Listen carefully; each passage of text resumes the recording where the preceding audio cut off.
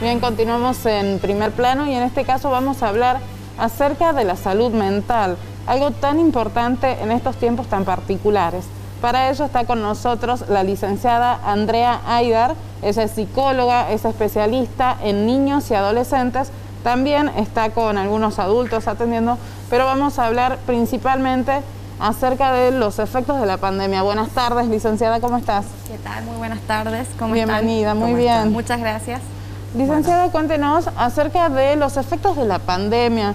¿Cómo pudiste analizar vos a los chicos en este tiempo en que estamos viviendo, desde el año pasado tomando el confinamiento total que tuvimos, hasta ahora con el inicio de clases presenciales, clases virtuales?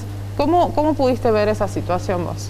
Bien, los efectos que tuvo esta pandemia realmente fueron bastante notorios, no solamente en los niños, sino que afectó a todos los grupos sociales, a la familia, a la sociedad en completo, ¿no? Tengamos en cuenta que las personas somos seres rutinarios, que nos gusta la previsibilidad, que nos gusta la cuestión social, ¿no? El hábito de sociabilizar, y todo eso de un día para el otro lo perdimos con esta pandemia. Entonces fue una cuestión de volver a readaptarse a una situación que es primera vez que la vivimos, Totalmente. que es muy nueva, y tanto para los padres como para los niños fue bastante difícil el tema del confinamiento, como decían, en el año pasado, por una cuestión que tiene que ver justamente por uno está habituado a las rutinas, a sus actividades, y de pronto quedarse todas las 24 horas del día conviviendo con la familia o con todas las personas que muchas veces son familias muy atípicas las que se encuentran dentro de un hogar. Eso trae muchas dificultades, sobre todo en cuestiones, relaciones vinculares, ¿no? Así que bueno, se han incrementado muchísimo, por ejemplo, los casos relacionados con los ataques de pánico, claro, con lo que tiene que ver con los trastornos obsesivos compulsivos, y en cuanto al tema de los niños también muchos problemas en cuanto a la cuestión de la higiene del sueño, de las rutinas, mucho tiempo frente a los dispositivos, ¿sí? Que esto también ha traído como consecuencia un incremento en la obesidad infantil, el sedentarismo. Entonces son muchas las consecuencias, no solamente a nivel físico, sino también a nivel emocional y psicológico, y por supuesto vincular, ¿sí?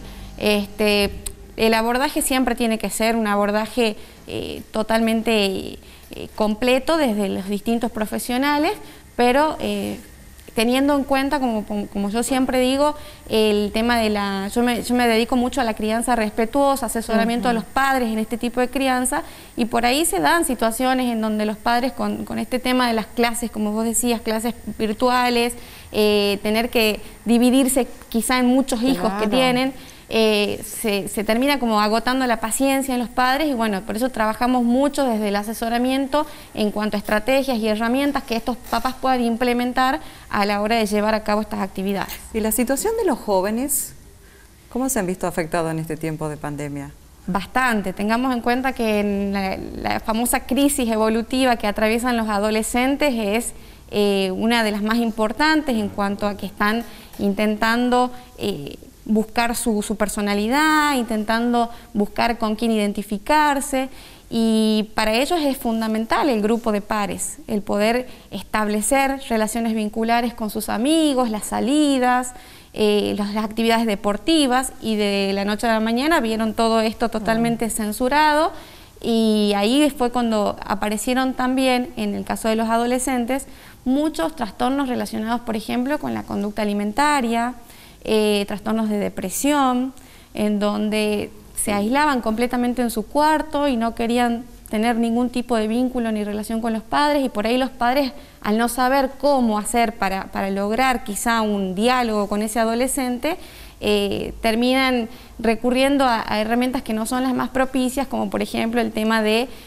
los gritos, claro, o las exigencias, el castigo, ¿sí? Que muchas veces termina siendo contraproducente para los adolescentes, pero es una franja etaria bastante compleja. Justamente hablando de esto, ¿qué tan importante es la crianza o el vínculo con los padres en la construcción de identidad de una persona? Fundamental, fundamental. Y tengamos en cuenta que durante los primeros 5 años de vida es donde se absorben absolutamente todos los valores, la esencia de ese ser humano y la construcción de ese psiquismo, y es ahí donde nosotros necesitamos no solamente construir un vínculo afectivo, que es importantísimo, sino también todo lo que tiene que ver con el tema de los límites y de las frustraciones.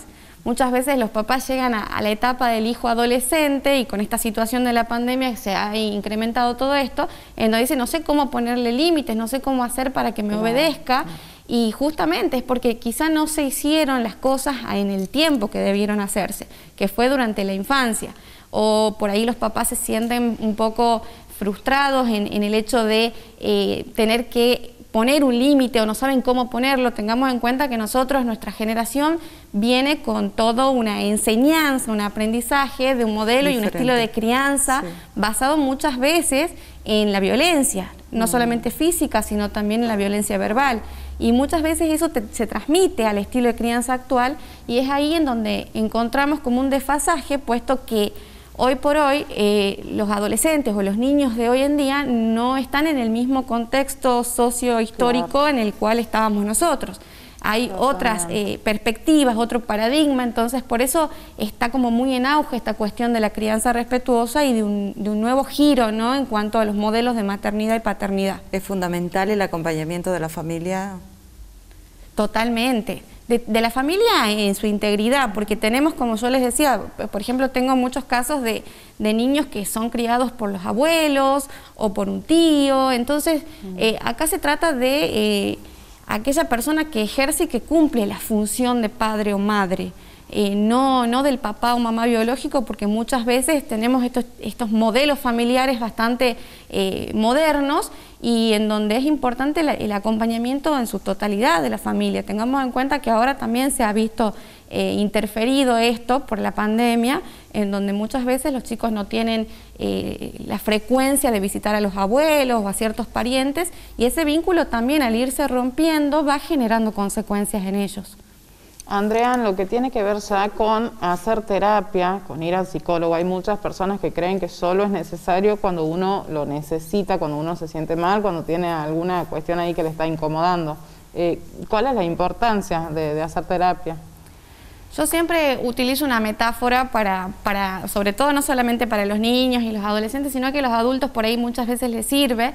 Y a mí me gusta decirles que cuando llega un paciente al consultorio, el paciente trae una caja de herramientas, pero no sabe cómo o para qué sirve cada uno, no sabe cómo utilizar esas herramientas.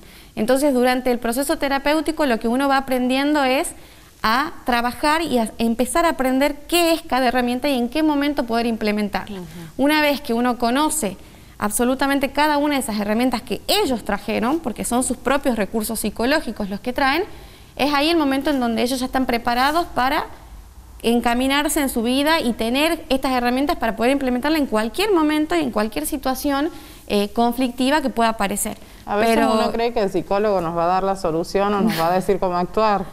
Exactamente, muchos van como esperando la respuesta, sí, pero bueno, no es así. En realidad uno mismo es el responsable de encontrar esa respuesta, y muchas veces también ocurren ciertas cuestiones ahí en donde se dificulta el encontrar esa respuesta por las propias trampas que nos pone nuestra misma mente, ¿no? El no querer ver por ahí esas respuestas. ¿Hubo muchas consultas en los últimos tiempos? Sí, muchísimas consultas, sobre todo como esto que decíamos con el tema de la ansiedad, que ha desencadenado en ataques de pánico, en trastornos obsesivos compulsivos. Bueno, hoy en día sabemos que las autoridades sanitarias nos exigen ciertos protocolos en cuanto a la higiene, el uso del alcohol y demás, pero tengamos en cuenta que hay personas que esto lo llevan a el límite ya de la obsesión, entonces están como muy paranoicas con el tema, desinfectando todo, y esto también trae muchas consecuencias negativas, sobre todo en el tema de los niños. El tema del encierro,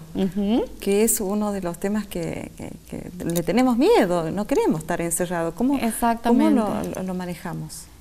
Más allá del tema del encierro, creo que está muy ligado a la cuestión de no saber qué es lo que va a pasar. Esto que yo decía al principio, ¿no? Nosotros tenemos como, todas las personas nos gusta ser previsibles en cuanto a saber qué es lo que viene mañana.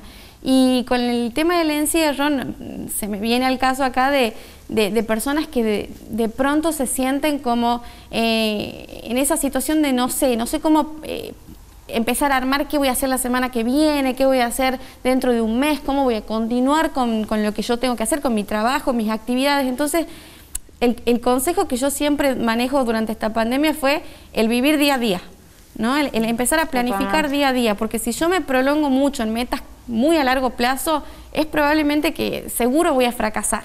¿Por qué? Porque no depende de nosotros esta situación. Muchas veces, por ejemplo, lo que nos ha pasado con las últimas restricciones. Entonces, si uno tiene planificado algo a largo plazo, termina cayendo en esta cuestión de frustración, de no poder llegar a la meta, al objetivo.